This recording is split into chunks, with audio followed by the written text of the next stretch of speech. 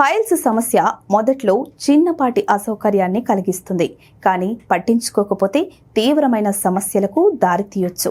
ప్రస్తుతం మొబైల్ ఫోన్లు మన జీవితంలో భాగమయ్యాయి, కానీ వాటిని ఎక్కడ ఎంతవరకు వాడాలో తెలుసుకోవడం ముఖ్యం. టాయిలెట్లో ఎక్కువసేపు కూర్చుని ఫోన్ చూసే అలవాటు కారణంగా ఫైల్స్ వంటి బాధాకరమైన సమస్యలు మరింతగా పెరుగుతున్నాయి. ఫైల్స్ లక్షణాలేంటో ఇప్పుడు చూద్దాం. మల విసర్జన సమయంలో నొప్పి లేదా అసౌకర్యం, పాయువు చుట్టూ దురద లేదా మంట, మల విసర్జన సమయంలో రక్తం పడడం, పాయువు దగ్గర వాపు లేదా గడ్డలు ఏర్పడడం. నివారణ చర్యలేంటో ఇప్పుడు చూద్దాం.